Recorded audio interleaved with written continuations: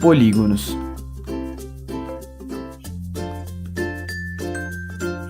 são figuras geométricas planas formadas por segmentos de reta que somente se encontram em suas extremidades. Polígonos são figuras fechadas formadas por segmentos de reta e são caracterizados pelos seguintes elementos: ângulos, vértices, diagonais e lados. De acordo com o número de lados, a figura é nomeada. Classificação dos polígonos: triângulo, 3 lados; quadrilátero, 4 lados; pentágono, 5 lados; hexágono, 6 lados; heptágono, 7 lados; octógono, 8 lados; eneágono, 9 lados; decágono, 10 lados; endecágono ou undecágono, 11 lados; e dodecágono, 12 lados.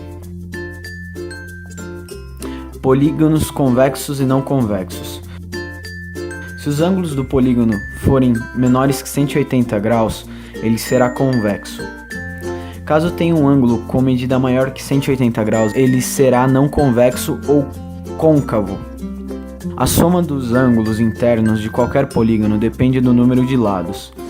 É usada a seguinte expressão para o cálculo: S igual a, abre parênteses, n menos 2, fecha parênteses, 180, em que n é o número de lados. A soma dos ângulos externos de qualquer polígono sempre é 360 graus. Haja vista que, quanto maior o número de lados do polígono, mais ele se assemelha a uma circunferência. Possui giro completo igual a 360 graus. Polígono regular e irregular.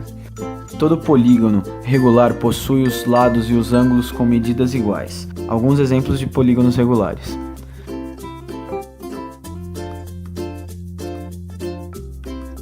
um polígono. Polígonos são figuras iguais e os lados não possuem o mesmo tamanho. Diagonais de um polígono. A diagonal de um polígono é o segmento de reta que liga um vértice ao outro, passando pelo interior da figura. O número de diagonais de um polígono depende do número de lados.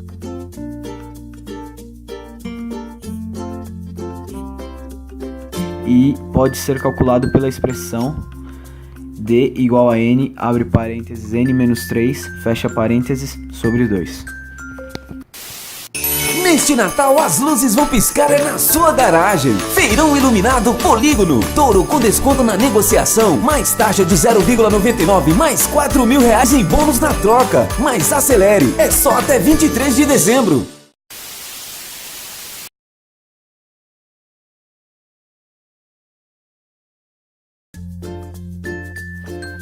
Mitologia. Segundo Eudoxo, citado por Plutarco, os pitagóricos associavam cada polígono a um ou mais deuses. O triângulo pertencia a Hades, Dionísio e Ares, quadrilátero a Reia, Afrodite, Deméter, Hestia e Hera, o dodecágono a Zeus e o polígono de 56 lados a uma criatura demoníaca chamada Tifão. A história da geometria. Uma medida para a vida.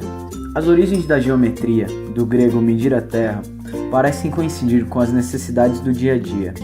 Partilhar terra às margens dos rios, construir casas, observar e prever os movimentos dos astros, são algumas das muitas atividades humanas que sempre dependeram de operações geométricas.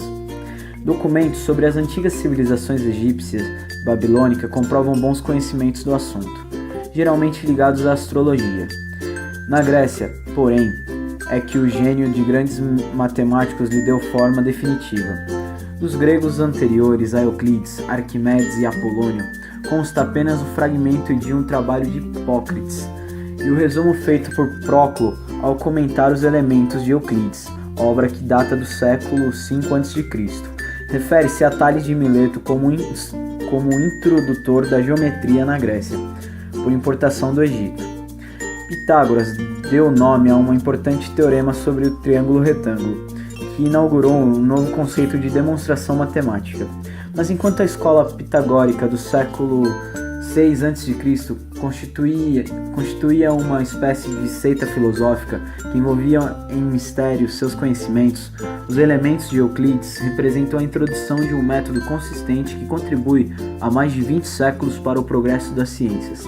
Trata-se do sistema axiomático, que parte dos conceitos e preposições admitidos sem demonstração, postulados os axiomas, para construir de maneira lógica tudo ou mais. Assim, 3 conceitos fundamentais: o ponto, a reta e o círculo, e 5 postulados a eles referentes servem de base para toda a geometria chamada euclidiana, útil até hoje, apesar da existência de geometrias não euclidianas baseadas em postulados diferentes e contrários dos de Euclides. O corpo, uma unidade. As primeiras unidades de medida referiam-se direto ou indiretamente ao corpo humano: palmo, pé, passo, braço, cúbito. Por volta de 3500 a.C., quando na Mesopotâmia e no Egito começaram a ser construídos os primeiros templos, seus projetistas tiveram de encontrar unidades mais uniformes e precisas. Adotaram a longitude das partes do corpo de um único homem, geralmente o rei, e com essas medidas construíram réguas de madeira e metal, ou cordas com nós, que foram as primeiras medidas oficiais de comprimento.